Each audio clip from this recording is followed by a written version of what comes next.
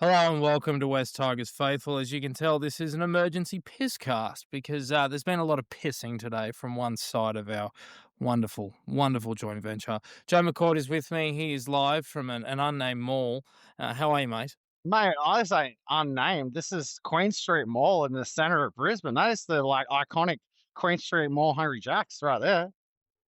I am so sorry. There's so much stress and anger flowing through my veins because of this statement from the Holman Barnes Group. In 2024, an independent review was undertaken into the governance of West Tigers. All recommendations from that review were implemented in full, including the establishment of an independent board structure.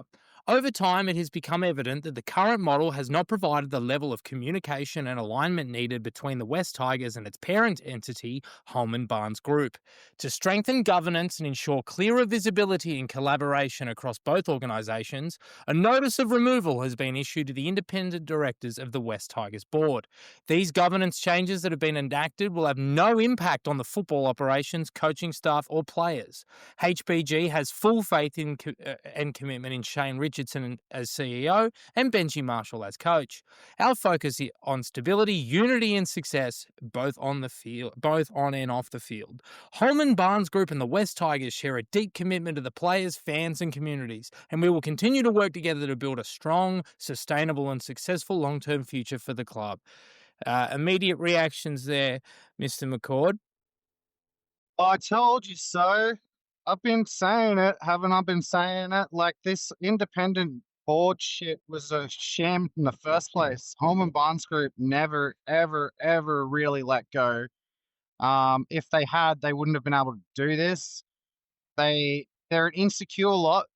Who knows why they've truly done it? The reasoning that they're putting out there is a load of bullshit. There's no way it's the real reason. Part of me hopes that the reason they're really relieving the board is because they're planning to sell, like they're planning to actually sell the thing. I hope that's it. I actually feel like if that was the case, this is what they would have to do first. So they wouldn't be able to sell it with the independent board in place. I can't think of any other logical reason why they're actually doing this, to be honest. It's like the amount of turbulence it's going to bring to the club at a time when like things are finally settling.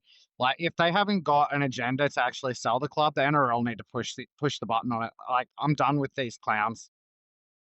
Yep, it's certainly at that point. So just a reminder, the independent directors are Barry O'Farrell, the chair, and obviously former Premier in New South Wales, Michelle McDowell, who's the former MD of Allied Express, Charlie Viola, the executive chair of Viola Private Wealth, Annabelle Williams, who has an Order of Australia medal. She's the former chair of the Athletes Commission for Paralympics Australia. So to give you an idea, ladies and gentlemen, that four very, very well-credentialed business people throughout Australia, very, very tuned in, went through the entire vetting process to become independent board members. And today they are no longer board members.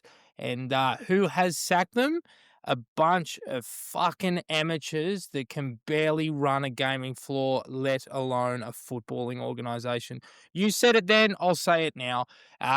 All the good things that have happened these past 24 months undone, completely fucking gone. The work of One West Tigers podcast in terms of building that petition and in sort of instilling true corporate governance and enacting on that review, it's gone. It's gone. Mate, it never Unfortunately, happened, Jared. That's the point, man. Like the point I'm making is that never happened. It was cast your mind back, like those four independent directors. As I said, like on an episode of the podcast earlier in the year, only two of them were actually appointed by the company that was hired to do the appointments. The other two were appointed by the Holman Barnes Group. Like it was never actually a truly independent board. The Holman Barnes Group never implemented the changes that they said they did. And it was like, I was the only person who tried to actually point that out the whole fucking time. Like everyone was just like, cool, done. Let's see how it goes. Like this is the most predictable outcome ever.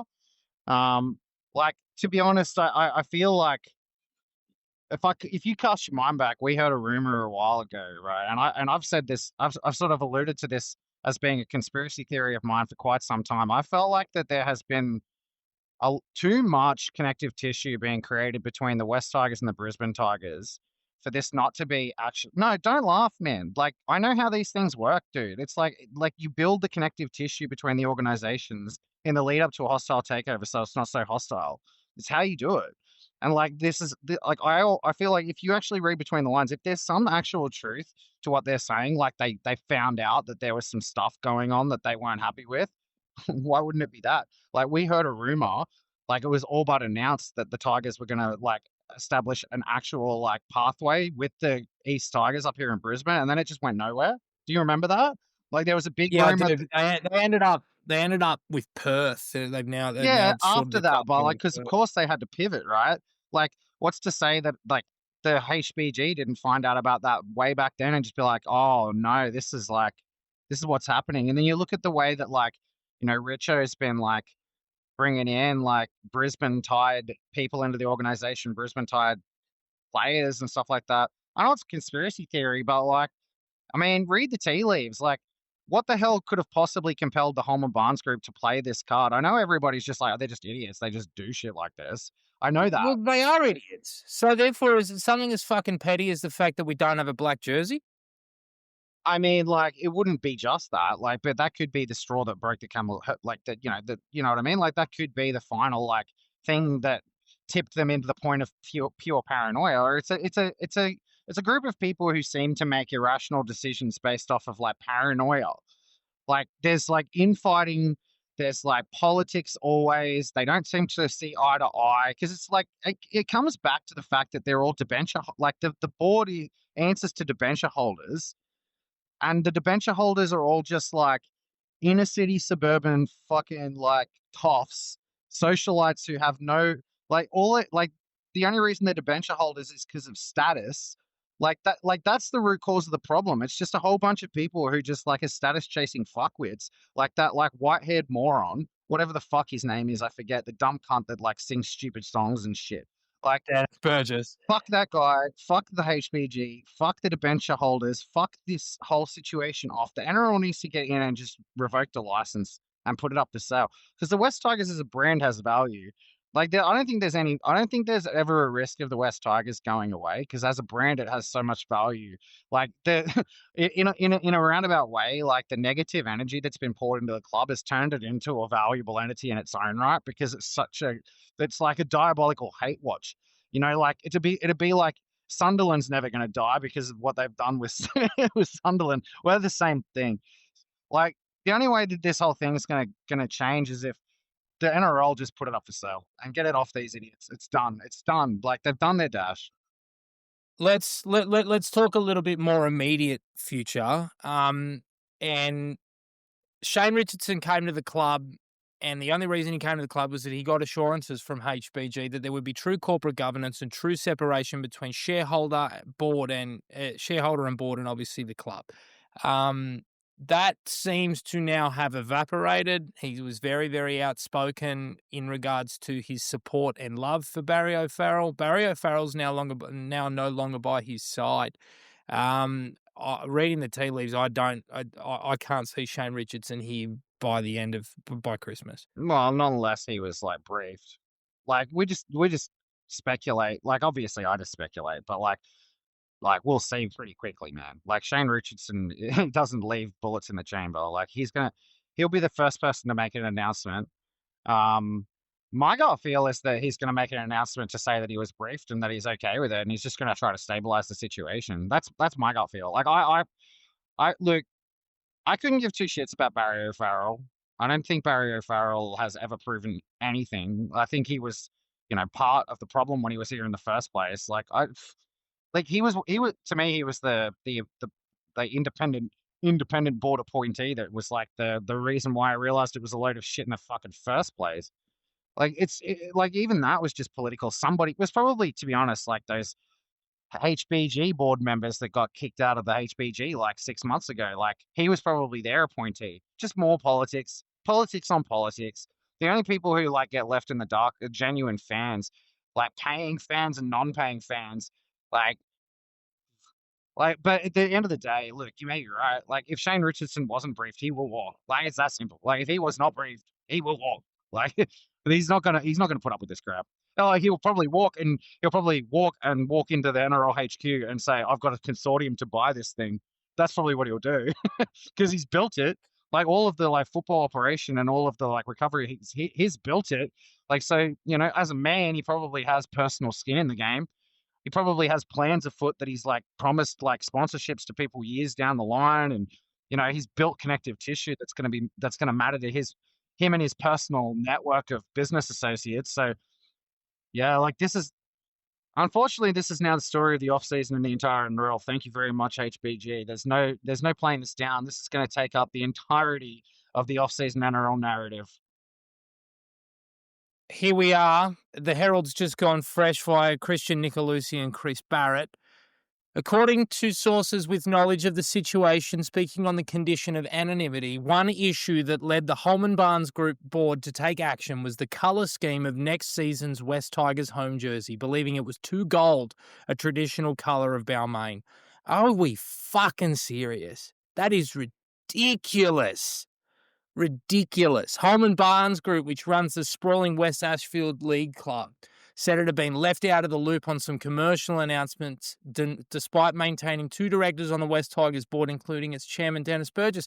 Dennis, you absolute idiot. Get off the devil's elbow, put the guitar down, and fucking report back to HBG. How hard is it? Or just fuck off. Like that would be also optimal. Just fuck off. Like, and they should fuck off. Like, why do you appoint an independent board if you're not just going to back them when it comes to mundane decisions like a jersey color? No, I don't buy it though, Reedy. It's not like even though they're maniacs, like when they are forced to explain themselves, it'll be something way, way, way different.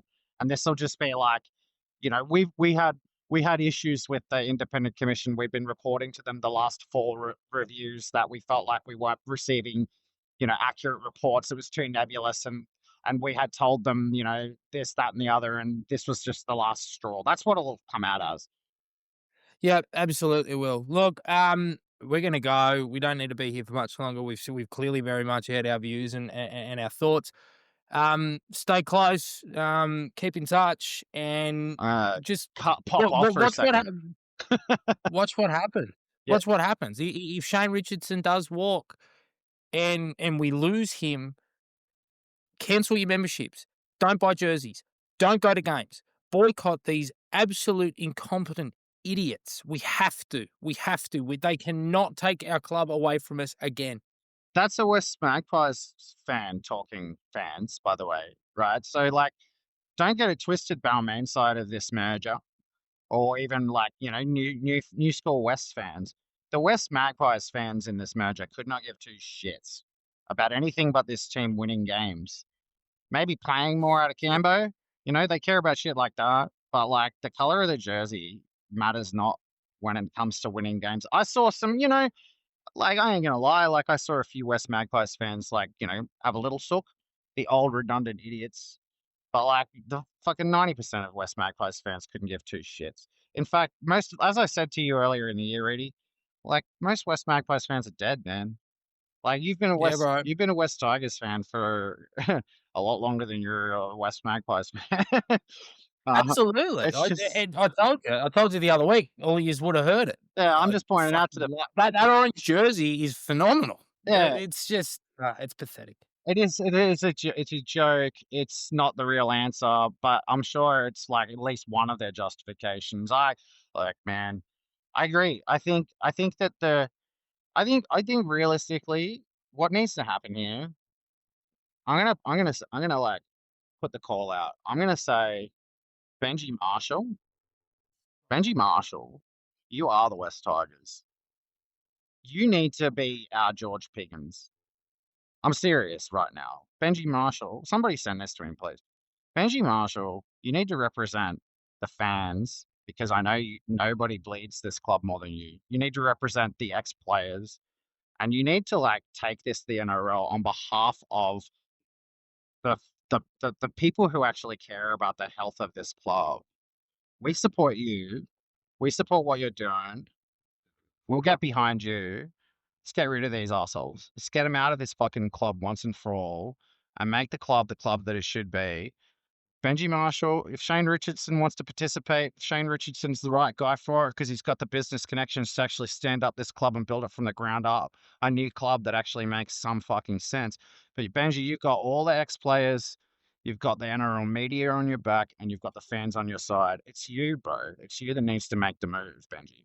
Like, I don't want to see you come out and back the HBG. I don't want it.